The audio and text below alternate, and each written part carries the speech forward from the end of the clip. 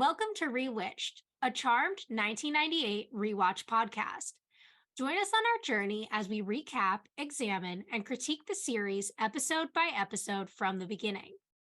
We'll be keeping our podcast spoiler free, so we welcome fans new and old to join us in watching and reflecting on one of our favorite shows. Currently, we're on season 2, I'm your host, Jess Sabanko. and I'm your host, Mia Sabenko. Now let's get into this week's episode. This week, we're discussing Season 2, Episode 3, The Painted World.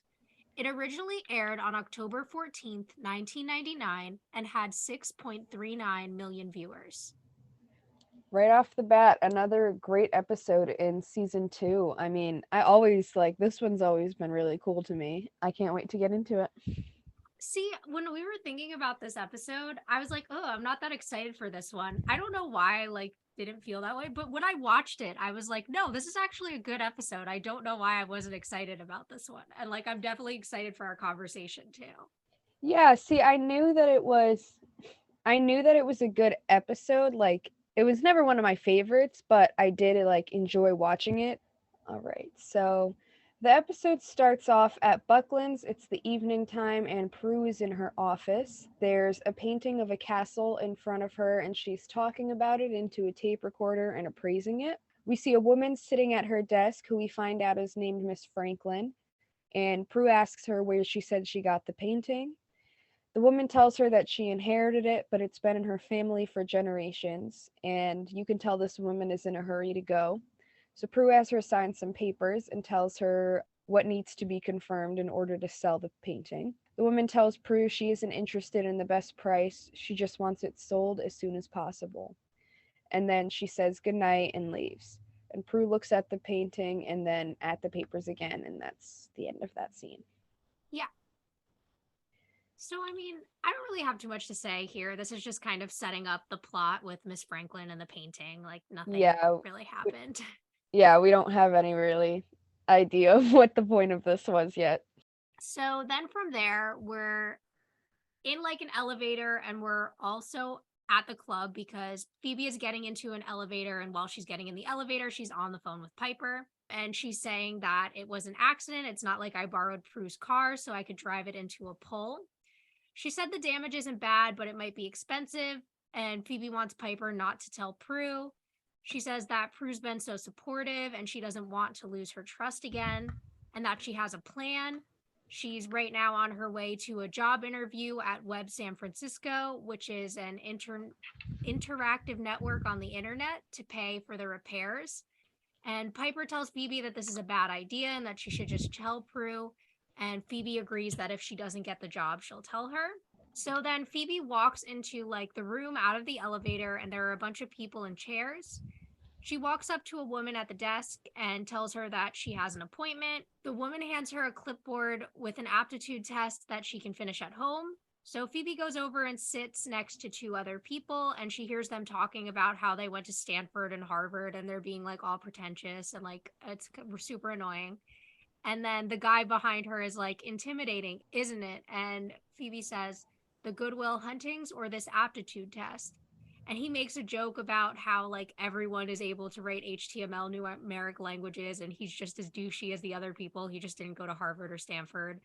And Phoebe just kind of laughs and plays along with it, but then she leaves, and she gives her clipboard to one of the people as she's leaving with the papers. Poor Phoebe in this scene. I mean, I feel like in everyone's mind, this is how moments like that go, where you feel just oh my god, I'm the dumbest person here. But the way they had it play out, people don't actually act like that. Sometimes they do though, because I'll be Really? honest, when I went to grad school, I won't say where I went to grad school, but I went to undergrad at Syracuse. And when I went to grad school, the grad school that I went to, there were a lot of people there who went to Ivy League colleges. And there were times when they would say things like this. They'd be like, oh, when I was at Harvard. And I'm just like, okay, I get it. You fucking went to Harvard. Relax. Because everybody in this scene, I felt like it was so dramatic. I didn't know people actually talked like that. Oh yes, Harvard, Stanford, I went to Stanford. Just it seems like they're yelling it right for everybody to hear. Okay, nobody really cares. Yeah. And it's funny because, like, a lot of times you're like in a situation, like either at like work or like I was in grad school where the people are like, oh, when I was at Harvard. And it's like, okay, well, like, we're all here together now. So, like, not that Yeah, impressed. what does it matter? Exactly. That doesn't make a difference for you. Also, in the beginning of the scene when they're on the phone together, the way, like, I really feel for Phoebe here because, of course, she knows that she should tell Prue, but, like, as we've all noticed, her and Prue have had a rocky relationship from the start. And the fact that she's, like, so disappointed in herself for, like, doing something to lose the trust she's built with her, like, really affected me. Like, I felt so Yeah, bad. I totally agree. Like, because we've seen this connection between the two of them really like growing towards the end of season one. And so the fact that she's so afraid of like things going back to how they were with Prue is like really understandable to me. And I really do like sympathize with her and what she's going through and not wanting to tell her. I know, and, like, you can see here how much, like, because she always tried to act like, whatever doesn't phase me, but like we've stated before, we can see that Phoebe has the sensitive and really is the one who wants to be a family, wants to be supported, wants love, sympathizes with people. She's the one who feels things the most. So the fact that, like, she's over here worried about Prue now, it's like it's sad. I think it speaks to their history and, like, just Phoebe's lost all of her life Mm-hmm. and all of the girls. Like, she doesn't want to lose Prue too. Yeah, definitely. So now we are back at Buckland's, and Prue is working on papers that are at her desk, and she notices this, like, light glow in the window inside the painting. And Prue gets up and takes a closer look with a magnifying glass, and she sees a man in the window running away from a flame. And she, like, is just like, what the fuck is going on? Yeah. So here, I mean, basically, we're getting the idea that something supernatural is going on with this painting, and it's probably going to be a key piece of this episode. Exactly. And aside from that, still not too much information. So then after that, we have the theme song, and then we are in the manor in the kitchen, and it's the next morning. Prue is like packing her lunch and she's talking to Piper. She's saying, at first, I thought it was just a reflection off of something in the room, but then when I moved closer, I saw a man inside the painting in the castle. But the moment I saw him, he backed away from the window, and then there was this strange glow that went past the window again. She notices that Piper isn't really paying attention to her because she's like looking at this folder of code violations at the club. And Prue tells her that she's obsessing. And Piper says, well, it runs in the family. And Prue says, I don't obsess. I think intensely. I can't really help it. We've seen so many bizarre things. Why not a man in the painting? And Piper says, well, at least he's safe from building inspectors. I can't imagine that castle's up to code. And that's when Phoebe walks in and she says she couldn't find anything in the book about people trapped in paintings. Piper asks Phoebe about her interview, and she said that it went fine. She just needs to finish a take home aptitude test and that she's going to go work on it right now. And she starts to leave the room. Prue then asks her for her car keys, and Phoebe tells her that her car is at the body shop and that she backed it into a pole. Phoebe says, I know what you're thinking. How could I be so irresponsible? How could I be so stupid? And Prue's like, okay, irresponsible, yes. Stupid, no way. Where is that coming from? And, she says it's coming from the fact that I'm the youngest sister, the one who always makes mistakes, the one who always causes problem. I mean, if anybody were going to back your car into a pole and not tell you right away, it'd be me, right? And then Piper, not really wanting to be involved in it, starts to leave. And Phoebe continues. She's like, see, even the middle sister, the one that's supposed to stay neutral when it comes to family problems, checks out on this one. And Prue's kind of like, well, leave me out of it too. I don't want to argue with you. I just want to find a cab. And so Phoebe offers to pay for the cost of the car and the cab, and she leaves the room with the Book of Shadows. Prue asks Piper what happened, and Piper says, I don't know anything about anything. I'm going to go see Dan. Then Prue asks about the man in the painting again, and Piper says, well, unless he's real and screaming for help, forget about him. Don't go looking for trouble. We have enough here. And Piper leaves. So, a couple things for this. I feel like this is something they continue to do throughout the show, is where, like, when one of them will see something, the other ones, or like one of them will be like, oh no, you're just being crazy. Like, what are you talking about? No, there's no way. But it's like, how could you feel that way after everything that you guys have seen? Like, you haven't learned by now to trust each other's instincts. Yeah, and I noticed that in a lot of supernatural shows, like whoever the hero is, like it seems like everyone in their life will constantly like disbelieve them when they bring up something, and it's like, come on, you've seen this person be right how many times before and you're still questioning them? Exactly, every freaking time. And then at the end, when Piper's like, don't go looking for trouble, it's like, well, this is an innocent that we're talking about. Like, she's not looking for it. This came to her, and this is how it always works for you guys, you know? Yeah, exactly. I mean, Um I get them wanting to avoid it, but, you know. yeah, and it's funny because like 2 episodes ago, weren't they pushing Prue to get back involved in like the world of magic and like helping people, and now all of a sudden they're like, Prue, come on. Just in your imagination. Yeah. But also like one thing I'm really liking here, I'm noticing more and more like of Piper's like sarcastic tendencies now that we're in season 2. And it's something I always remember about her character, but I feel like isn't there as much in season 1. I feel like it's something she starts having like later on, and we're definitely starting to see it now.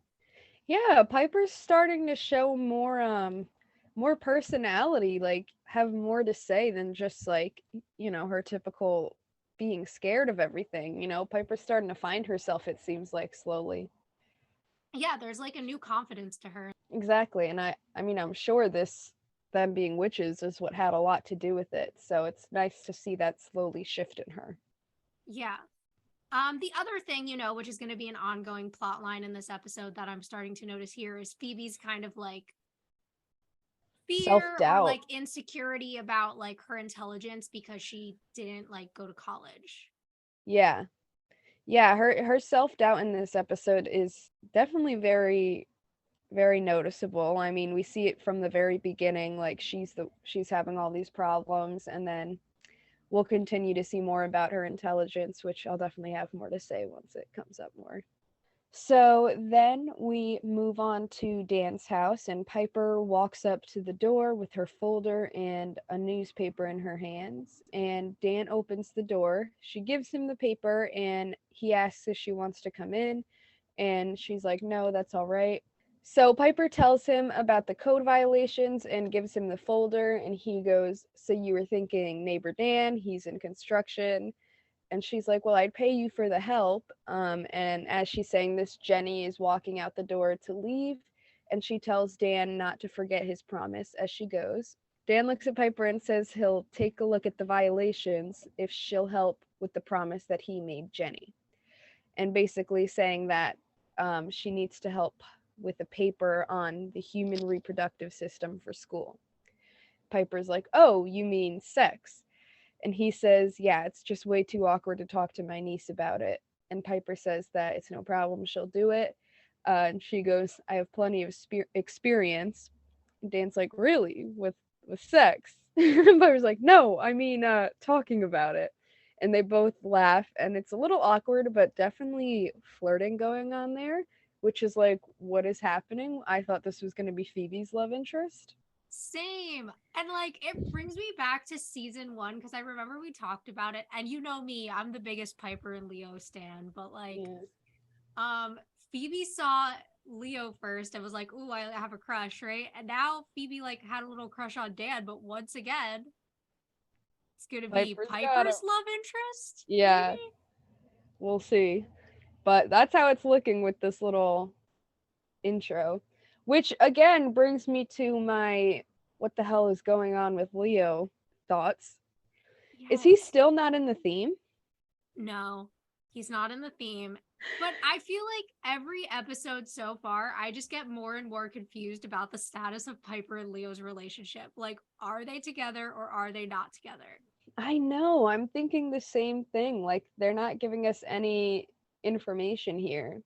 And you can see Piper along the way, like, finding interest in other guys. And it's a little weird to me because I think we talked about this with the last episode. Like, I don't think that if I was in that position where I'm in love with someone, then you're not going to see me out flirting with other guys. Like, I would be sitting there on my ass waiting for them. Like, Yeah. And it's interesting. And obviously this isn't true 100% of the time. Like there are people who always like experience like attraction and like feelings for multiple people. But there was a like something from a psychology professor, like a paper that basically said like if you notice other people, you're not actually in love. And I feel like when I'm in love with somebody, that's how I am. Like I don't even notice anyone else at all.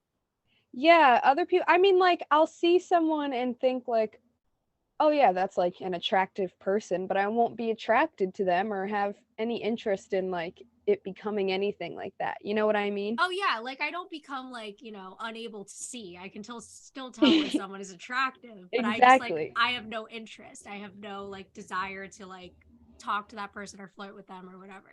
Exactly. Yeah, I'm the same way. And I feel like that's a pretty typical thing to feel. Like, I've seen it in a lot of people. And like you said, it's even in that psychology report. So, what, Piper's not really in love with Leo? Like, what the fuck is going on? Yeah, that's what I'm like I'm questioning it. And also like just the exposition throughout the scene is like, "Oh, like I'm Dan. I work in construction." Like, Yeah. okay. I mean, I guess it was like they definitely could have found a subtler way to bring it up, but I was very confused because But I I feel mean, like we even if did need Piper some were the one information. to say it, like if Piper had been like, "Oh, Dan, like don't you work in construction?" I feel like that would be more normal than him being like, "Oh, you know, you were thinking neighbor Dan, he's in construction." Like Yeah. her Yeah, the saying way it they would have brought made it more upon sense. was very weird. Like, we didn't even, cuz I mean, we didn't know that he worked in construction. We had no idea what his job was. But still, the way they did it was like, okay, like Yeah. exposition went crazy in that scene.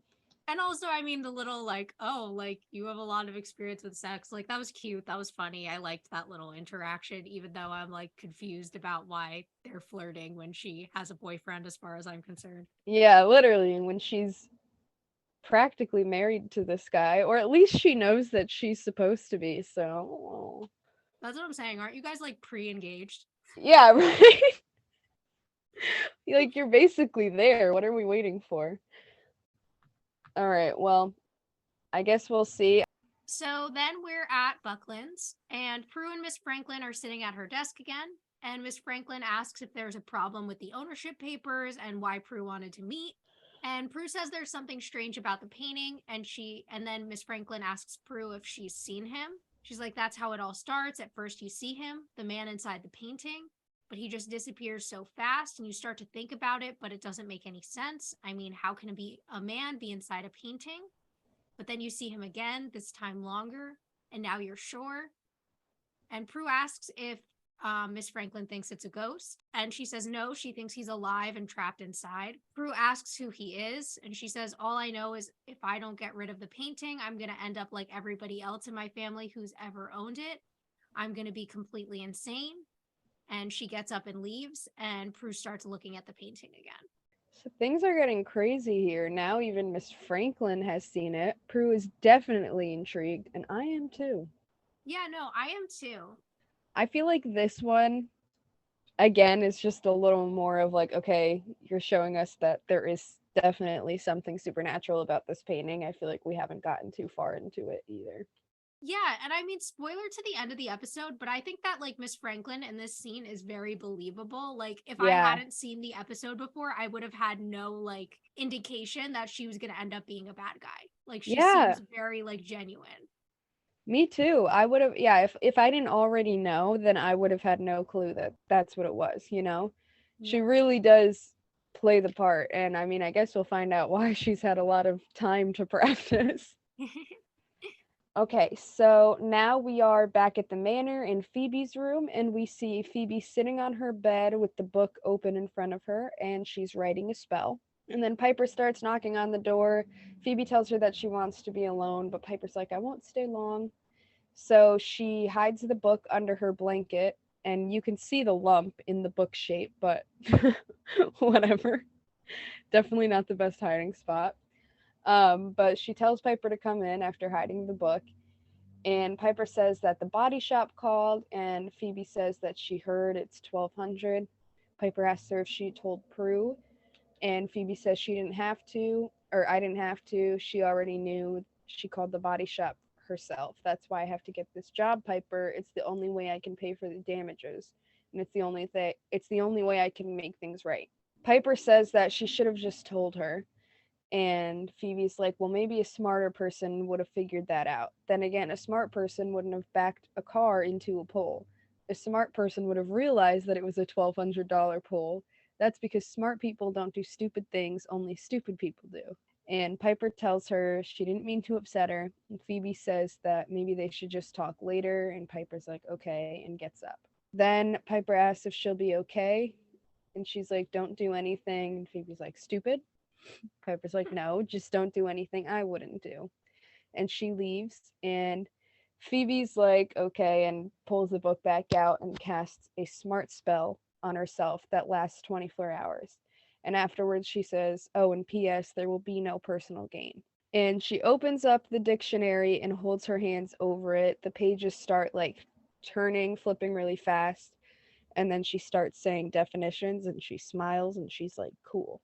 So she turned herself into a super genius. I kind of like normally when they're repeating things so much, I find it to be annoying, but I kind of don't mind the way like Phoebe's doubting her intelligence, like the way they keep bringing it up in each scene, because I don't think that it was like I feel like it's just really showing how she feels in the moment, you know, how she's been feeling. Yeah, and I like this storyline for her. I feel like it's, not to get into spoiler territory, but it's leading us into some things that she'll be doing later on in the season. And it's kind of a really good starting point for where her character is going. So I like that they're giving her this episode where she's really struggling with this idea.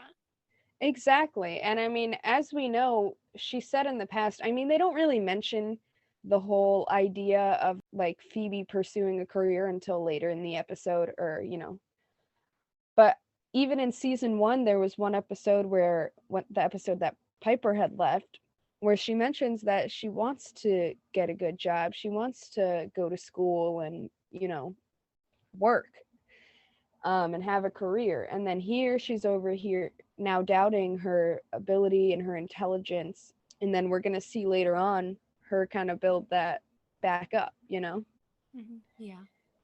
which I'm excited to see. And it's also like, anyone could back a car into a pole. I mean, I know, that's what I had was some thinking mishaps too. as well.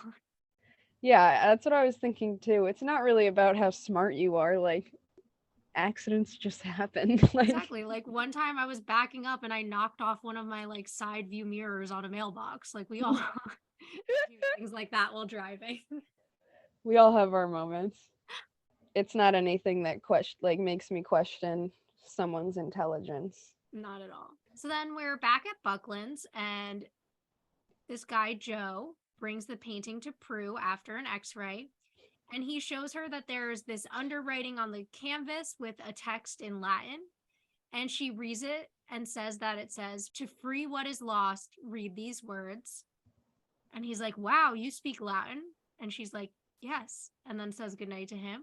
And he says he'll take the painting back to the vault and see her tomorrow. And he leaves. And then Prue notices that the painting starts glowing again. And she sees writing on the window. It says help. The last part of the writing says mine forever in Latin. So she looks at the painting and says the full phrase. And then this like wind glowing effect comes up and she gets sucked into the painting and she's like, oh no. And then we're inside the castle where Prue is just like looking around and totally freaked out. So I was just thinking, like, is this a third new assistant for Prue? I feel like she's got a new one every episode. Yeah, I'm not sure if this guy's supposed to be an assistant to Prue specifically or just someone working. Like, he didn't give me that he was Prue's assistant type of vibe, but maybe he is, because maybe she's just getting a new assistant every episode. True. I mean, yeah, I see that too. It's just, why is he like bringing the painting to and from, and like, I don't know. Yeah, he might be like a general assistant to like the auction house and like kind of just like Prue is like a superior to him or something, maybe. Yeah. Because he also looks like Something very like young, that. you know what I mean? So he might be like new to working Some there or sort of something. intern or something. Yeah. Also, he's cute. Not my type. I didn't feel that way. So now Prue is sucked inside this little painting, and I don't have too much to say about it because that's really all that happened. Yeah. I think it's really cool the like use of X-ray that they come up with in this episode and how we see it like linked to another character later in the episode. So I'll just say that for now and I'll come back to it when we get there. Oh yeah, I did notice that too because I never realized it before. Like I never made that connection until this watch. But yeah, we'll talk about that when it comes. Okay, so inside the castle now, Prue goes to the door and is trying to get out, and then all of a sudden a fireball comes at her and she ducks. And then the man appears and tells her, "Quick, follow me." And he grabs her and they go into an indented section of the wall. And he says, "I see you read Latin too." And she asks him what happened and where she is. He tells her that she's in the castle inside the painting and tells her to get to the bookcase or she's dead. And she asks him who he is, and he says, "My name's Malcolm. You were supposed to help me, not join me. Who are you anyway?" She says, my name's Prue, and I was trying to help you. You were supposed to come out." And he says, "Oh great, now we're both trapped." So just a little banter between them. And then they run to the bookcase, and a ball of fire comes at her, and she uses her power to move it away. And Malcolm says, "What the hell? What are you? How'd you do that?" And she's like, "Oh, never mind, we're gonna get killed, will you hurry up?" And he opens the bookcase and they both go in. I like the little banter, honestly. Like I think it's kind of cute. Yeah, no, I like this scene. I mean, for the most part, it's plot, so I don't have a whole lot to say. But I do like this setup. I like the little like back and forth they have with each other, and I'll say more about that as we see them in more scenes together later on. Yeah. But I like where we're going so far. I think that, this was the right next scene. The pacing of this episode is pretty on point. Yeah, I agree. So then we are back at the manor, and it is the next morning. Piper walks into the kitchen and asks Phoebe, who, she points out is up early and sitting at the table, what's up? And Phoebe starts talking about some of the things she read in the paper. We hear Kit meow, and Piper asks if she's seen Prue, and Phoebe says not yet, and that Dan called and said that he'll meet Piper at the club at noon. Piper says that she didn't hear Prue come home last night, and then she notices that Kit hasn't been fed, which is why she's meowing, and that no coffee's been made, and Prue didn't pack herself a lunch. And also, Phoebe's kind of like, oh, well, maybe she's asleep. And Piper says that she checked her bed and it wasn't slept in. And Phoebe says, well, maybe she didn't come back from the office. So Piper calls her work number and gets her voicemail. She's like, what if Prue's right about the painting? What if something happened? And Phoebe starts talking about the odds of something bad happening to Prue with like all these statistics and things. And Piper says that she's like askrainman.com and if she's been in the Book of Shadows. Phoebe denies it and Piper says she's going to go to Buckland's. Phoebe reminds her she's supposed to meet Dan and asks if she likes him. And Piper's like, that's ridiculous, and tells Phoebe to go to the club in her place. And then Piper leaves to go to Buckland's. I like how quick she notices that Prue is gone. I mean, I didn't know that she was the one who makes the coffee, feeds the cat, like does everything. I feel like she's such the mom in the house kind of thing. You know what I mean? Yeah. No, Like when definitely. she's not around, it's very noticeable to them right away. Yeah, because like I mean, not that having a roommate is the same as like noticing your siblings not there, but I even remember like in college, I've never known if my roommates were home or not. I was just like, I don't know who's here. Yeah, I'm the same way. Like even with my own parents or my siblings, like none of us never know who's around. Like it's just always like that. But Prue, I feel like has always played that role, and I feel like even if maybe Phoebe weren't to be around, they wouldn't have questioned it, at least not as quickly as they would with Prue, you know? Like Prue very clearly has that important role in the house, like still, even though they're all grown now. Yeah, definitely. And Okay. then, of course, we have Piper noticing that something's up with Phoebe. And, Phoebe Mm, kind of asking if Piper likes Dan. So I guess Phoebe doesn't have a crush on Dan anymore. yeah, I guess she kind of moved on from it. All right, so we go back into the castle now, and we see Prue is sitting across the room from Malcolm holding a fire poker. And he tells her to stay over there and that he hates witches and she tells him she was trying to help him and that her powers can't just lift them from another world. And she tells them that they're going to have to work together to get out. She's like, just let me help you. I won't turn you into a toad, I promise. And he puts the fire poker down, and she gets up and walks closer to look at the cut on his head. And she's like, why do you hate witches so much? And he says it's how he got trapped in there, that the artist that painted this was a witch, his girlfriend at the time. Her name was Nell, and they broke up, and she wrote a curse in Latin, tricking him to get inside, to trap him inside the painting. And Prue asks how he saw the underwriting. He says, same as you, probably. She's like, an x-ray. And then he says that he hasn't aged since he got there, and she asks how long he's been running from the fireballs. And he tells her that it's been 70 years. She's like, well, I won't be here that long. I mean, I have 2 sisters, and we all have powers. If anyone can find a way out, it's us. And she smiles, but he looks like a little uncertain. Yeah. And while you were talking, I just looked it up because, we find out that Malcolm, has been in there since the 20s. And I looked up when x-rays were invented because I was like, when were x-rays invented? And the answer is 1895. So they were invented before Malcolm's time. So that works. Oh, gotcha. Because I was about to say, like, I was thinking the same thing. Like, it didn't seem to make any sense to me. I didn't think that they had been made that long ago. Like, I have no idea. I'm not really like someone who knows a lot about medical history anyway. So I had no idea when they were invented, but I was like, let me just double check because I want to see if she should have figured out, because I feel like Prue has a lot of knowledge of these types of things. I'm like, I want to know if she should have figured it out sooner that he was like sketch. True. And also another thing that I didn't realize is that he uses this whole like, oh, the painting, like, because of the curse, like, I haven't been able to age. But really, we find out it's because, I mean, as we know, I guess it's not too much of a spoiler because we're going to find out in a couple scenes, but warlocks don't age, and he is a warlock, so. Yeah, exactly. Also, like, another thing that kind of stands out to me in this scene is just like the confidence Prue has in her sisters and in the fact that they'll be able to figure out a way to get her out of there and rescue her. Like, she doesn't underestimate them the way that they might think, especially Phoebe, that she does.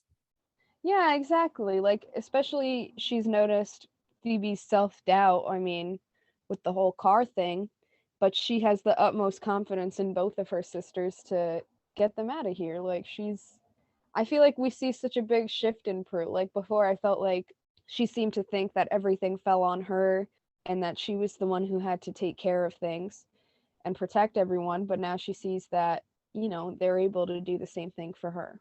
So then we're at P3, and Phoebe and Dan are walking in, and she's apologizing for being late and wearing a yellow construction hat, which, pretty adorable.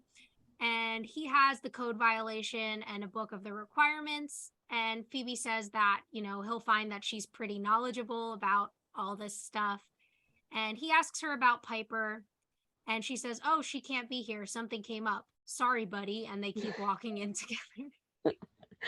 I love that little scene. I thought it was so funny. I know, like, usually I feel like I would find a scene like that so useless, but honestly, like, it was actually really cute. And the way, like, Phoebe is kind of like picking up on the fact that Dan likes Piper and like playing into that, like, it's really cute. Yeah, it is. But here we see like Phoebe and Dan are like alone together, and she did have that crush on him. If this was back in season 1, remember she was like competing with Piper for Leo, just because she was like a lot less mature then and a lot more like, I don't know, you know what I mean? Like, it just shows a lot of growth that now she's like, oh, I want this for Piper, like, let me help my sister out, things like that, Yeah, definitely. And I think that, like, ultimately Phoebe knows that, like, where she's at right now, she's not really like looking for someone to settle down with. Like, that's more Piper's thing. So I think that's part of the reason too why she's kind of like, well, I'll back off, because if Piper likes somebody, it's more serious than if I do. Yeah, exactly. She's able to notice those things more. Now we go to Buckland's, and we see Piper going into Prue's office, and she walks past the painting to her desk and notices that her sweater and purse are still there. Piper is looking at the x-ray of the painting, and Joe walks in as she starts reading it, and he says hey to her and says that he's there for the painting, and Piper freezes him. So there, I still don't feel like there's too much. I mean, Piper's starting to put a little bit of what happened together, or at least knows that something with this painting actually did happen, and I feel like that's about it. Yeah, exactly. I totally agree. So then we're inside the castle and they're out in that like main room where all the like fireballs are and they're discussing Prue's plan. She says that she has to warn her sisters and he tells her that she'll die. She says they might make the same mistake she did. So they run to a different corner as like fireballs are going by and she says that her plan is to write her name and Nell's name on the window. My sisters will think that's a clue, so they'll look up the name Nell in our book of shadows and hopefully they'll find a solution.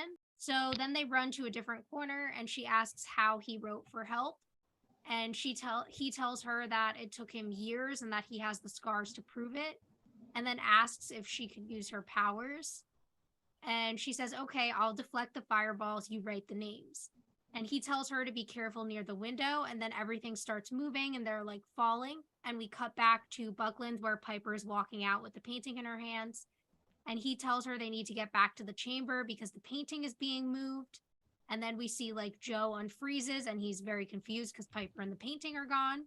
Bruce says she needs to go to the window and Piper is walking to the elevator and telling someone to hold it for her. Then Prue and Malcolm both fall down and back up under a table. He tells her they can do it as soon as the painting stops moving. They need to stay low. He's staring at her and she asks what, and he says, "Well, I always hoped someone would get my SOS. I just never thought it would be a woman." And she's like, "What? A woman can't rescue a man?" He says, "I'm still waiting." And she says, "Well, keep waiting, pal." And she gets up and they run to the bookcase together. Again, with the banter, I think that it's just so perfect, like all throughout this episode. They show a lot, like this guy has like a little attitude or like a little sass, and I think it just works. Love seeing Yeah. it. And I like that, like, it seems like he's trying to flirt with her, and like Prue is just so not about it. And I Yeah, love it. I think it's so funny. not having it at all. I mean, Mance hasn't had any pussy in 70 years. Oh my He's got god, it. so raunchy. He's got to be down bad. His like, he's been by himself for 70 years. Now all of a sudden he's with a beautiful woman. I get where he's coming from. Yeah, his drive has got to be through the roof. I like Prue's plan here, even just putting the two names on the window. Like, it's smart because she knows that her sisters will figure it out. Like, I feel like I still wouldn't put that together personally. It'd be like Prue and Nell. What the fuck does that mean? I mean, it would give me the idea that Prue was trapped in there, but I don't know. Maybe I would have figured that out. I feel like I would have been like, well, I have to figure out who Nell is, what Nell is, like Yeah, and start looking. I'd go to the book. So I feel like it does make sense as far as like how her sisters would make the connection. yeah, true. I just feel like they. Well, I guess she couldn't really because there's not a lot of space on the window. But somehow, I guess saying Prue is the warning that, like, hey, you will get trapped in here if you say the wrong thing. I feel like there's not too much here. Like, it's just kind of a lot of banter, telling the plan, and then having Piper run away with the painting. It's just funny to see it, like, affecting them inside. Yeah, no, I like that when the painting is being physically moved that they're like struggling because of it and like falling down and stuff. Yeah. So now we are back at the manor, and Phoebe is watching TV and on the phone making an appointment to return her aptitude test the following day by 5. And then Piper walks in, and Phoebe tells her that Dan will have her estimate by tomorrow. Piper says, "We got bigger problems than code violations." And Phoebe's like, "Prue wasn't at Buckland's?" Piper says, "No, but it was clearly the last place she was before she disappeared." And neither of them have heard from her. Phoebe's like, "Okay, now I'm worried." And Piper pulls out the x-ray. Phoebe looks at it as Piper is talking about how soon everyone at work will realize Prue and the painting are gone. Phoebe gets distracted by the TV, says, "Oh, it's the final match." And she answers every question right, like that they're asking on the TV. And Piper takes the remote and turns it off. And she's like, "How is it that you know all of the answers?" And Phoebe's like, "What? I can know about medicine, American playwrights, and that Asia Minor is now called Turkey." And Piper accuses her of casting a spell again. And Phoebe explains that she did it to get the job and that it's a temporary smart spell. Piper tells her that it's personal gain and there will be consequences. And Phoebe's like, you don't know what it's like to be at that job interview surrounded by all those college graduates. You don't know what it feels like to be really, really smart. Smart people are respected, taken seriously, and really smart women forget about it. Then again, you probably do know what I'm talking about. You have a 4-year degree.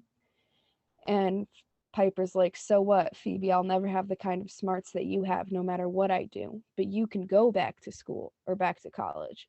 And then she asks her what happens with the job when the smart spell ends. Phoebe says she was going to think about that later and starts to leave kind of upset, as if their sister's not missing, like like they don't have more important things to worry about. And then Piper says, wait, what does this mean? And she reads out the Latin from the X-ray and gets sucked into the painting right in front of Phoebe, calling for her help. And Phoebe runs down the stairs. So, a couple things about this scene. First, I really love the dynamic between the two of them. Most of the time, I mean, when we have Piper and Phoebe together in a scene, it is really quick. And I love the little, like, what? I could know about all these things. And Piper's just like, no, you can't. Yeah, no, not a chance.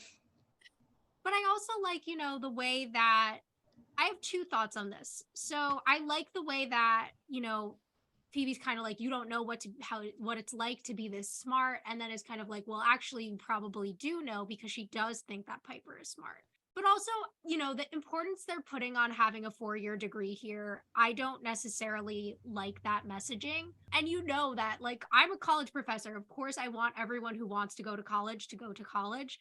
But I feel like they're kind of pushing this idea that in order to be like a smart, successful woman, you need this 4-year degree, which I don't necessarily agree with. Yeah, I don't agree with that either.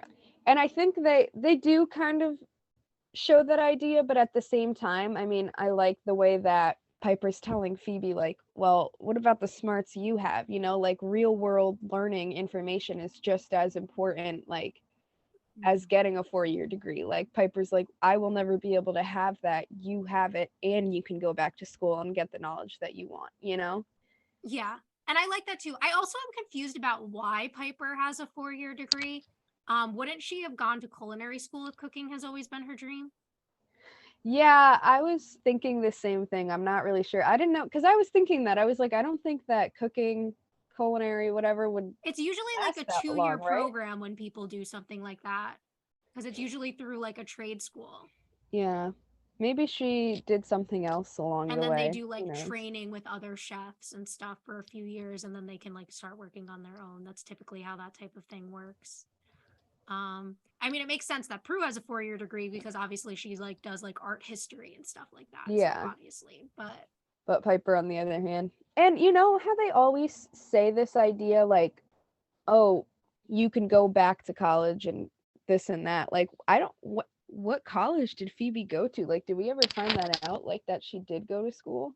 Because I feel I like mean, they say that, what like, she I'm started thinking and is dropped out. either that she got her associate's degree because she keeps talking about you have a 4-year degree, so maybe she has an associate's degree and didn't go like back to school after she finished that, or she was going somewhere and dropped out at some point.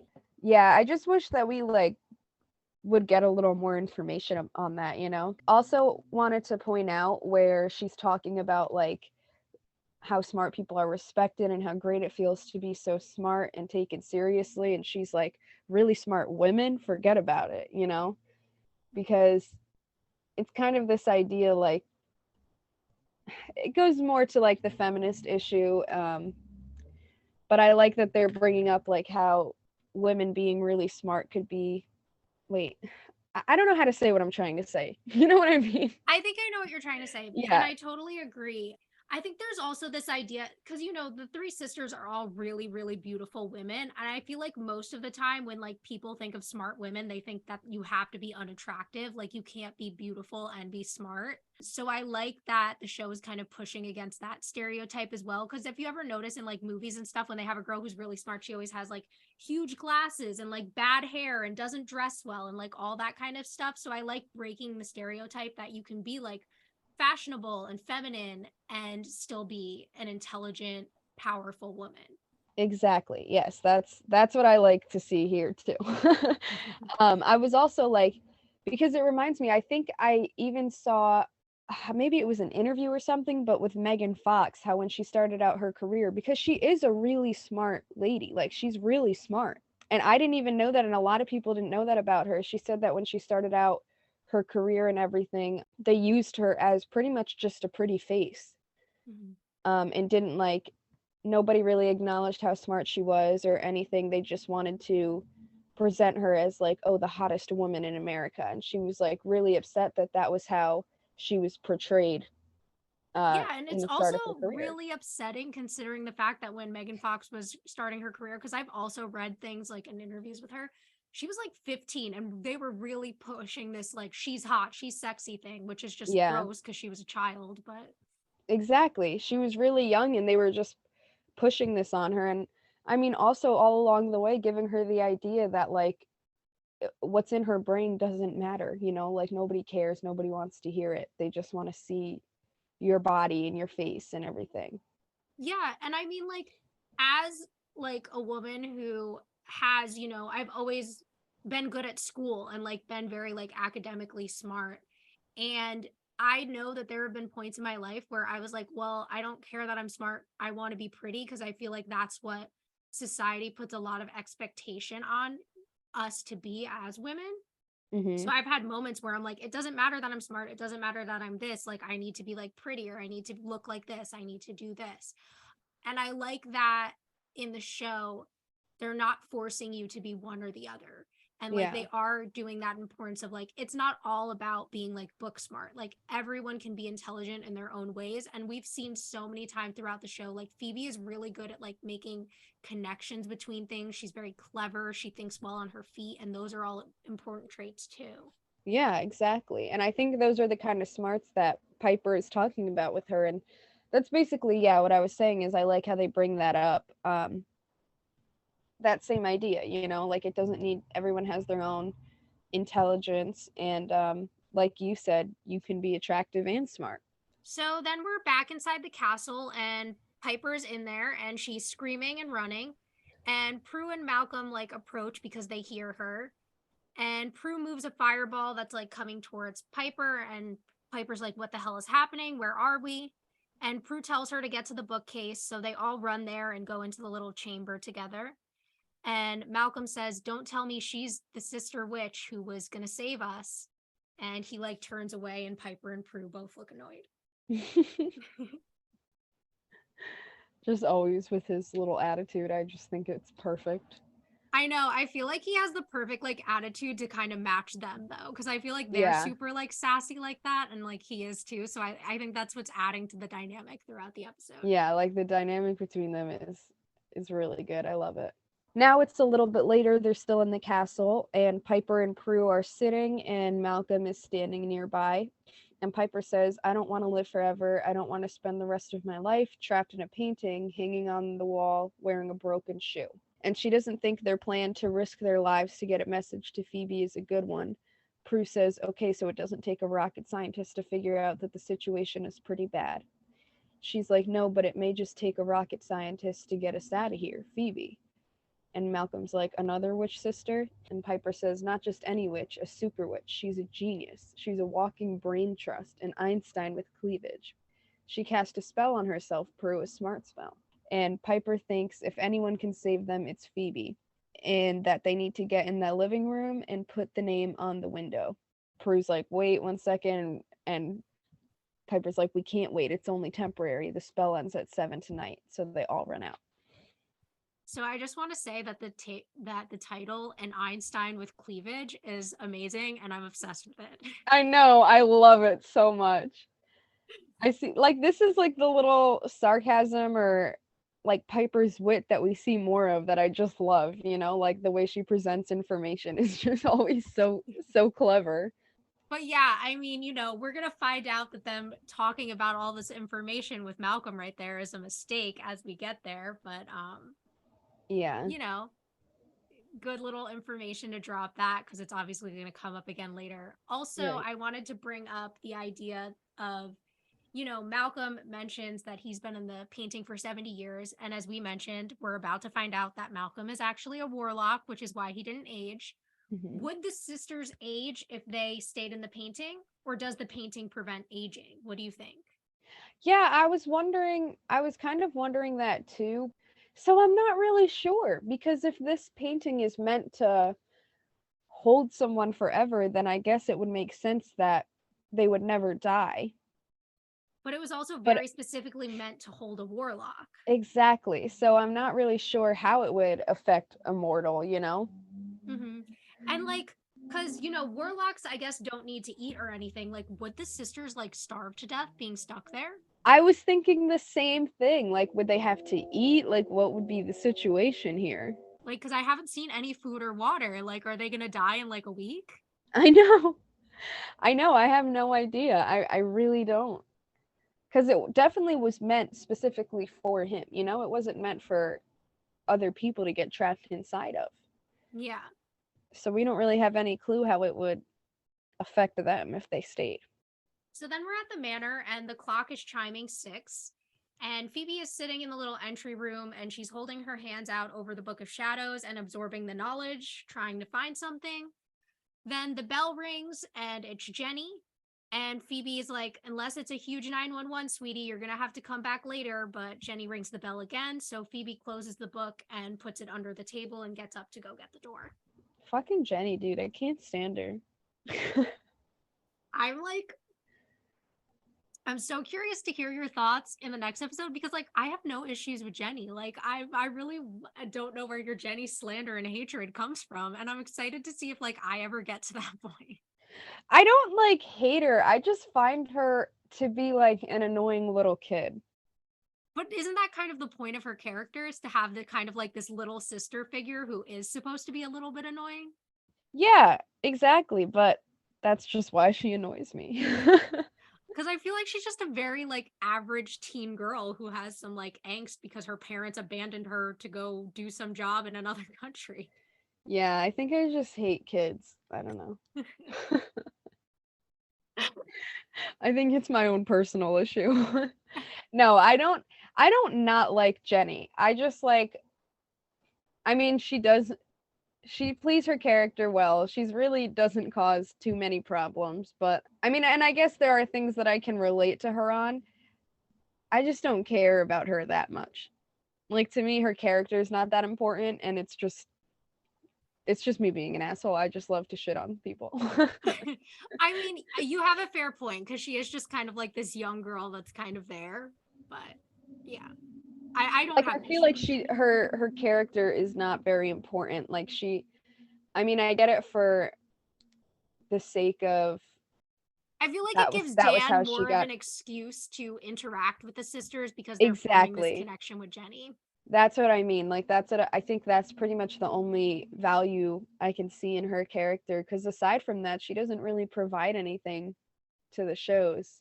I just feel like from what we've seen, like even here and obviously I'll have like there's more in the next episode too, but she kind of like she kind of makes things harder on the sisters. She doesn't mean to, but things become problematic when she comes around, you know? Like she takes their time and attention away. That's fair. Like even here, you know, like Jenny, go the fuck away. Yeah, like Phoebe's running out of time and then she has to do Literally. something with Jenny. So now we go back into the castle and they are in the living room now. And Piper says, if we get out of here, you owe me a new pair of shoes. And Prue says, if we get out of here, I'll buy you the purse to match. And a fireball is about to come, and Prue tells Piper to freeze it. And she's like, forget the shoes. Next time you get a supernatural SOS. And Prue's like, I'll take your advice and just ignore it. And then Malcolm yells again for them to be careful for the window, and all of a sudden a bunch of swords come out and surround Piper as she goes by the window. Prue uses her power to separate the swords so that Piper can have enough time to write on Nell's name on the window. And then she runs back over to them. Yeah. So I really like the little sword moment. I think it's really cool the way that they set that up so that like Holly Marie Combs is like right in the center of them. Like it looks really aesthetically cool. So I love that shot. Yeah. And the little like, I can't lean forward, I can't do this, like having to work together to get the message on there, I think was cool too. Yeah, I agree. I feel the same way. I do feel though that she could have easily gotten around the swords. Oh yeah, no, she totally could have like stuck her hand through to write it. Like that was Yeah, dramatic as fuck. But yeah, definitely no. If I lean forward, I'm slice and dice. Like the swords already came out. Like you can yeah, touch like it. I get that Nothing's gonna getting happen. out would have been hard, but reaching your arm to write something wouldn't have been hard. Yeah, exactly. So we're in the manor, and Jenny and Phoebe are sitting on that couch in the little like entry room. And Phoebe's like, the human reproductive system? Wait, and your uncle wanted Piper to help you out with this? Like, damn, implying that Piper doesn't know about sex. And she's like, yeah, but I was too embarrassed to tell him that I already know about sex, so I figured we could just hang out and watch some television. Jenny notices that the painting is glowing and asks what it is, so Phoebe's like, oh, like, Jenny, go grab me a pen. And then she grabs the magnifying glass while Jenny is gone and goes to look at the painting. And she sees Nell written on the window. Jenny comes back and asks if something's wrong, and Phoebe says that she's not sure. And she starts like writing on a piece of paper, realizes that it's too complicated what she's saying about the human reproductive system, and then she just like draws this picture and gives it to Jenny and basically kicks her out of the house. Yeah. Kind of felt bad for Jenny here. Like she just wants some friends. Okay. Literally, she was just trying to hang out, and it's like, does Jenny not have friends from school to hang out with? Like she has to hang out with these adult women that live next door. Poor I Jenny. know. I know. Kind of feel a little bad. Anyway, so now we are outside, or we see outside the manor, and Jenny looks at the picture that Phoebe drew, and it's just a circle and sperm on the other side that just says us and them with like arrows. And Jenny looks confused and a little annoyed. And then in a car parked across the street, we see Miss Franklin staring at the manor, and she puts on sunglasses in this very like evil looking way. Yes. And then we're back inside, and Phoebe has the book out, and she's like, Nell, Nell, find me Nell. And the book lands on this page that's written entirely Latin, and she starts reading it, and it says, in the 1920s, a witch named Nell tricked a powerful warlock into a painting with a hidden spell that only his power of X-ray vision could see. She finds the spell to get them out, and it's the Latin for words free us all. And she asks how to get those words inside without getting trapped herself. And that's just when Kit walks by and meows, and she's like, no, I couldn't. But she has a plan. Yes. So I love like, well, I'll talk about it more once it actually happens, but I love Phoebe's whole plan here. I think it's very creative. Yeah, and I really, I'm confused about why the page in the Book of Shadows is written in Latin. Completely in Latin. I was just about to say that. Like, Doesn't make any why? sense. Like, do all of them just speak Latin like Prue? Like, all the ancestors of the Hallowells were like, you know what? It's time to write a random page in Latin. The rest of the book is in English, but we're doing Latin here. I know. I was thinking the same exact thing. Like they've never come across a page that's just completely in another language. It doesn't make any sense. I mean, I get it for plot's sake here, but like, it doesn't make sense. Yeah, like I get why the spell would be in Latin, but like, why is the description of Nell in Latin? It makes no sense. Exactly. Yeah. Okay. I'm glad I'm not the only one who was thinking that. And then again, here with the connection of like how Prue used the X-ray and saw it, and he had X-ray vision, so that's how he read it and saw the underwriting. Yeah, exactly. Also, I mean, I pointed out while I was reading it, but it's super funny that like Phoebe implies that Piper doesn't know anything about sex. I know that was hilarious. Like she's a 27-year-old woman. I think she's like aware. She can have a conversation about sex. We've also have confirmed that she's slept with at least 2 people since the show started, like Jeremy and Leo. Leo, yeah, exactly. I feel like if you and I were in this situation, that would be me. I'd be like, she asked just to help you with this. Yeah, but you would be right. I know. Me, so. I was like, it would be more because there's no way that you would ever want to have a conversation like that. Very true. Very true. I would not. But like, yeah, that's for just all the listeners out there, like, I'm so awkward when it comes to talking about sex. So just be aware. Yeah, she has a hard time. talking about things like that. It makes her very uncomfortable. Like my face gets red and I like get very quiet. Like I don't know why. I don't know why I'm like that. I just am. Always has been. So if I ever seen like a situation like this, I would react exactly how Phoebe did if it were you. Okay, so now we are back in the painting, and Prue suggests that they take shifts waiting outside the bookcase for Phoebe, and Malcolm offers to take the first shift. And Prue's like, I had a feeling you would. And he goes outside the bookcase, and Piper asks Prue what's wrong. And she says, I've been thinking about that witch who cursed Malcolm into the painting. I mean, it takes a lot of time and a high level of magic to create this world. Seems like an awfully big spell just to get revenge over a bad breakup. And it was almost impossible for us, the charmed ones no less, to get that message on the window.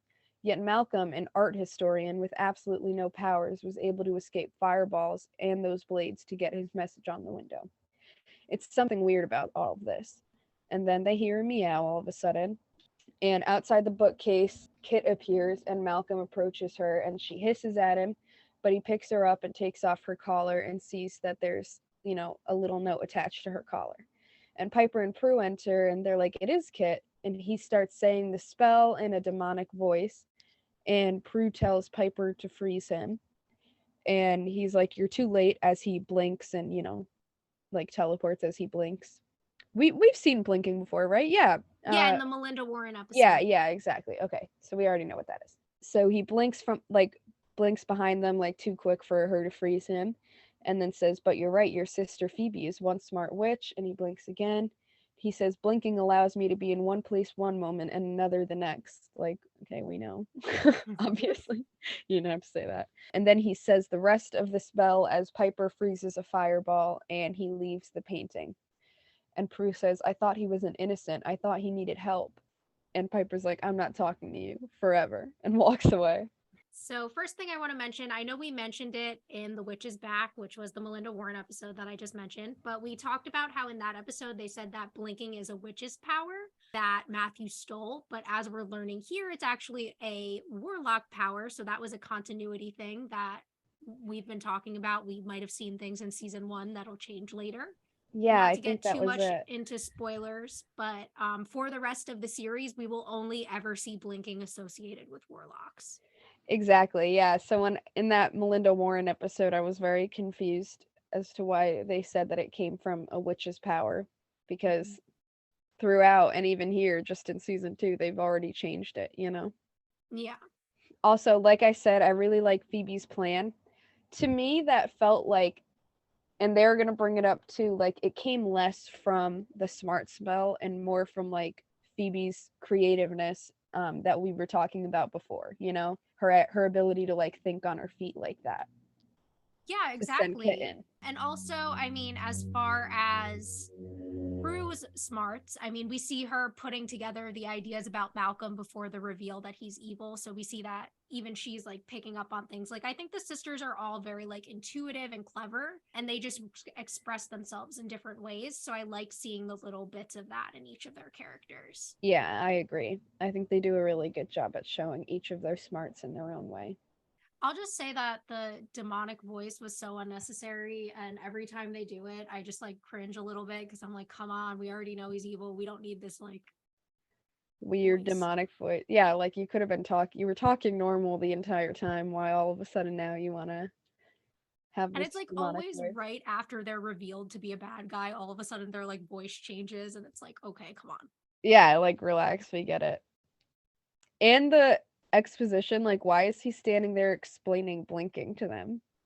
That was I so think it was stupid to in me. case like we didn't see season 1 that we're like, but it was exposition and it was unnecessary. But like it's not like we needed an explanation. Like we can see exactly what he's doing in front of us. Like even if we hadn't seen season 1, it's not like I would have seen him disappear and reappear and been like, what the hell is that? I need an explanation right now. Yeah, what is this power called? Define it for me. Yeah, like if I didn't know it was called blinking, I would have just been like, oh, he's like teleporting. Like it's literally what it is. Kind of like up until they named what Orbig was, I'd just be like, oh, Leo teleported out. You know what Exactly. I mean? Like it's not like we needed that explanation. completely unnecessary, but whatever. Overall, pretty good scene. And again, with Piper's little like wit at the end. So we're at the manor and Malcolm appears on the floor and Phoebe is standing there and he's like, "Thanks for freeing me, witch. 70 years is a long time." And she asks if he's the warlock and he's like, "Your sisters were right. You are a smart witch." She asks where they are and he says, "With the cat, the one with no collar." That was interesting. That was smart. Too smart for your own good. And she asks if the woman who brought the painting to Prue is a warlock too. And he's like, "Jane's my lover. She's been trying to get me out for years. She needed to find the charmed ones. You. It took her 70 years to do that." And Phoebe's like, "We haven't been around that long." And she starts like beating the shit out of him and says that she read a manual on martial arts and now she's a 7th degree black belt. She's a master. And he's like, "Well, we'll see how powerful you are, how smart you are when the spell ends at 7. Tick tock, Phoebe." And then he blinks out. I mean, it worked here because, you know, we got the background on Jane. But I just think it's so funny how they like a lot of shows do this where the bad guy will sit there and like have a whole speech explaining their entire plan and exactly what they've done, and it's like that wouldn't happen in real life, you know? Yeah. Like they're not going to Also, stand there and tell you everything. yeah. Also, the way he's like, "Jane's my lover." I just think it's so funny when people refer to someone as their lover. Like, I hate it. It's like so weird. I do it like as a joke because I think it's like such a weird way to refer to like your boyfriend or girlfriend or whatever, you know? yeah, because like, okay, like I'm pretty sure like back in the day, like they would use that as the term for like someone you're having an affair with, Yeah. That's what I was thinking too. Like, isn't that what which that I guess means? is true because like Nell was his girlfriend, right? And then Jane was his lover, I guess. The mistress. But I'm just like, no, I can't. Yeah, no, I It's can't so I funny can't to take the me. word seriously. Like to me it's a joke. Every time like a demon or like the bad guy of the episode is like just like a witch, like at the end of whatever they're saying to them, I'm like, I feel like you just want to call them like a bad word and instead Yeah. saying witch. Yeah. Yeah, I think it's so stupid when they do that. And I've been noticing it a lot in the last like few episodes we've watched. Like I'm pretty sure Rodriguez did it, Jeremy did it. Now this guy's doing it. In the next episode, it's gonna happen too. Like I just Mhm. keep noticing it. Yeah, no, I see where you're coming from because it does sound like they're trying to say it like it's a offensive thing, you know, like they know they're witches, you know. It's not. Yeah, like it just feels like they want to call them like, I don't know, like if there was a slur for being a witch, that's what they'd want to be saying there. Yeah. Yeah, it's a little weird. So outside, Malcolm comes out and him and Jane hug and kiss each other and she's like, "I thought I'd never see you again. Let's get out of here." And he's like, "Not yet. I have a little present for you." And he says he's going to give her the power of premonition, something she always wanted, and in return he gets revenge and 2 more powers, and then they kiss again. I was just thinking here, I mean, maybe it's a known thing that those are the powers of the charmed ones, but like nobody mentioned that Phoebe had the power of premonition. Yeah, but I So think how did he people know? know what the 3 powers are, and he saw both Piper and Prue use That's what their I was powers. thinking. Like I was like either I guess like warlocks all must know that that's what, you know, the powers that they have, cuz otherwise that wouldn't really make any sense that he knew that she has that. Yeah, because I think they know, like, I mean, I'm not sure how, again, because like their identities are supposed to be secret, but maybe they just know like which family the charmed ones were going to be born into and that they'd have those powers. But, not really sure. Yeah. Yeah, we Unless never like it really. also came up in like his conversations with Prue, because it seems like they learned a lot about each other. Like she knew that he was an art historian and like all this stuff. Right, right. Yeah, that could be it then. But yeah, I was just thinking about that and I didn't know. And Um, here, when they say, I also just wanted to point out when he's like saying how he's got a gift and it's going to be the power of premonition, and she's like, "Well, what are you going to get?" And he's like, "Revenge and 2 more powers." It's very warlock of them to have like the selfish intent and not do anything just out of love. Like they didn't make it so he's just doing that for Jane, like he's doing it because he's going to get something for it, something out of it himself, you know? Yeah, I'm also confused because, like, how are they going to pick and choose who gets which power? Like, she kills Phoebe and he kills the other two? Yeah, I know. I was kind of confused about that too. And I mean, we haven't seen it yet, but it's going to be in like the next scene or something like that. But like Like, she she's the one that's sets, going to kill yeah, the she sister. sets the whatever, we'll get there. But yeah, this doesn't really make any sense how he would get those powers Yeah. with the way Unless they that they can go just, like, about it. make out and trade them or something. I don't know. Yeah, I know. I know. Who knows? So then we're at the castle. Prue and Piper are sitting on the floor, and Prue's kind of like, well, even if Phoebe is alive, she may not be for long. And Piper's saying maybe she can figure out a way to save herself before he finds her. And then Prue looks at her watch and sees that it's almost 7. She's like, if anyone can do it, Phoebe can. And Piper says even without the smart spell, and that the message on Kit's collar was very Phoebe, I would have never thought of it. And Prue agrees and says, neither would I. It was a great plan. And Piper says, if we get out of here, I'm going to buy her a new pair of shoes. And Prue says, I'll buy her the purse to match. I like that they continue on with that little like shoes and the purse to match thing that they've been going on this whole Yeah, time. it's It's just a kind of cute. cute little like sister thing. And I mean, I Yeah, like, we're seeing how much they do like respect Phoebe and recognize how like smart and clever she is. So I like that as exactly. I well. like that they put that in here and acknowledge her intelligence and her cleverness, like you said. So back in the manor, Phoebe is looking back in the book for the spell to get them out, and the clock starts chiming again at 7, so she can't put her hands over the book anymore and have it turned on its own. So she starts looking through, like flipping pages, and she's trying to remember the spell that they have to say, but she can't. So she gets to the page and it's all in Latin, so she can't read it anymore. And that's when Malcolm and Jane walk in, and Jane blows on her finger and it becomes a flame. And she says, "Hello, Phoebe, say goodbye to your family." And she touches the painting and sets it on fire. And then Malcolm grabs Phoebe and she says that, and then Phoebe says the curse to get them in the painting and puts her hand on Jane so they all get sucked into the painting. See, I she's a mean, quick thinker on her feet. yeah, no, she definitely is. And I mean, the only other thing, I noticed in this scene is what we already talked about with the fire and Jane starting it and everything. Yeah, Jade starting that fire, how would that have given that her the powers of the Mm-hmm. two witches inside? Like it didn't make any sense. So then we're in the castle, and Piper and Prue realize that the painting is on fire. It's filling up with smoke. And then Phoebe comes in and she runs over to them. And then Malcolm and Jane appear right after her. And Malcolm's like, "You stupid witch. Now you and your sisters are going to end up burning to death."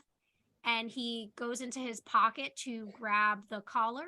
And that's when Phoebe smiles and holds it up and says, "Looking for this." And she tells Piper to freeze them. So Piper freezes Malcolm and Jane. And then, Phoebe's like, "Oh, where's Kit?" So they grab her, and Phoebe says the spell, and they all go out of the painting. And then the fire appears behind Jane and Malcolm, who are still frozen as the painting burns. Yes. Phoebe wasn't touching them though when she said the spell, and they still all got out. She's like Yeah, a little weird. I think it's because they were close enough together, but I don't really know. Yeah. No, her thinking on her feet, this is still like I like that they have this all about Phoebe being the one to kind of fix the whole thing in the end, especially in the, how she's been doubting her smarts and everything. So we see that even with the spell, she was using her own ideas to save the day, basically. Yeah, also, like, poor Kit almost got forgotten in the painting. Poor I baby. know. I know.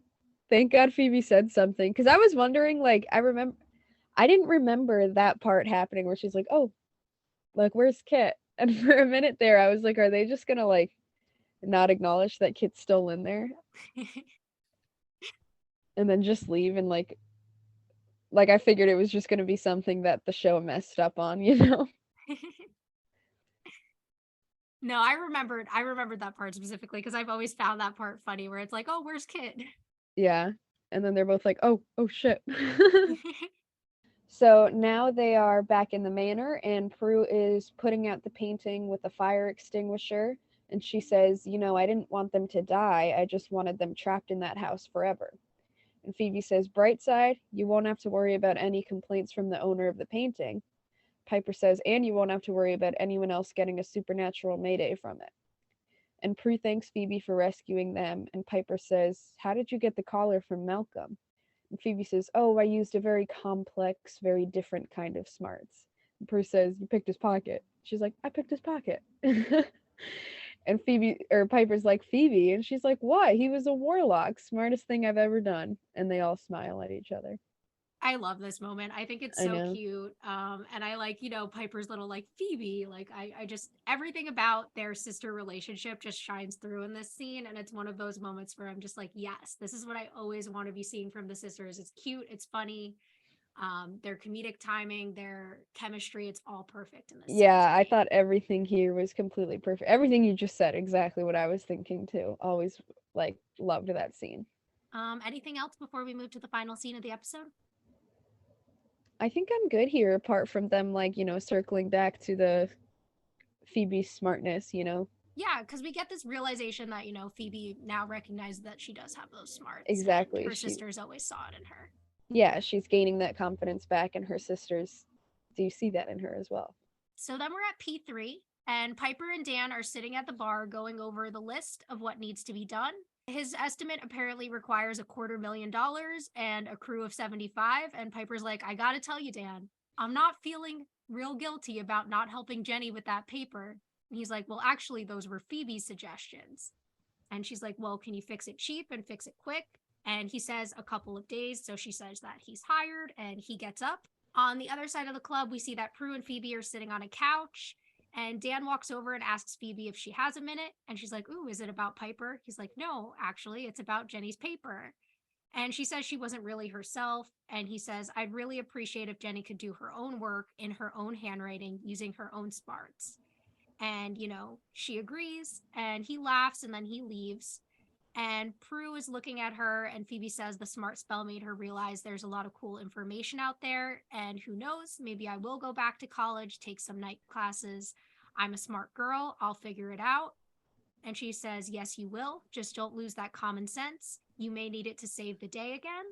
And that's when Piper comes over and asks what they're talking about. And Phoebe rips up her job application and says that she's not taking the job. Then she opens the present they got her, which is shoes and a purse. And she's like holding it up to herself. And Prue's like, very smart looking, wouldn't you say, Piper? And she says, pure genius, Prue. And Phoebe's like, enough with that already. And then they ask her to explain the drawing. And she's like, okay, well, that's Piper and that's Dan. And Prue and Phoebe are both laughing. And Phoebe and Piper tries to take the paper away and doesn't like that they're teasing her. Yeah. So the whole everything's kind of a joke here in this last scene, and I think it's so cute. Another just very adorable sister moment between them. And we get the idea that maybe Phoebe is going to go back to college. They're mentioning it again, and I'm excited to see how that that storyline develops. Yeah, me too. And Dan, of course, coming over and giving her the drawing. I thought that was so funny. And Prue's reaction and everything, it was just so perfect. Phoebe's little awkwardness about it, too cute. I love this. Yeah, and I like the way they're teasing her about being smart and everything after everything she's gone through in this episode, and that she does recognize that she's smart too. So I liked this scene a lot. Yeah, overall a very good ending in this episode. And just a very good episode in general. Like I said at the beginning, I really enjoyed watching this episode. I think the pacing was really good. I think the comedy is really good. It works for me and I really enjoyed it. I agree. I definitely feel the same way. This was a very strong episode, I'd say. Mm-hmm. I feel like now that we're into season 2, I'm finding so much less to pick apart than I was finding in season 1. So they're definitely getting into a better rhythm here. Oh yeah, 100%. They're finding themselves. This show. No, it's really good. I didn't realize that right off the bat, season 2, and I said this before, but season 2 has so many strong episodes and episodes that I love that I didn't even realize were in it, Yeah, me too. Thanks for listening to this week's episode. If you want to reach out to us or follow us on social media, we're on Instagram and TikTok @rewitched_pod. You can also send us an email to rewitched.pod@gmail.com and join us back next time for Season 2, Episode 4, The Devil's Music.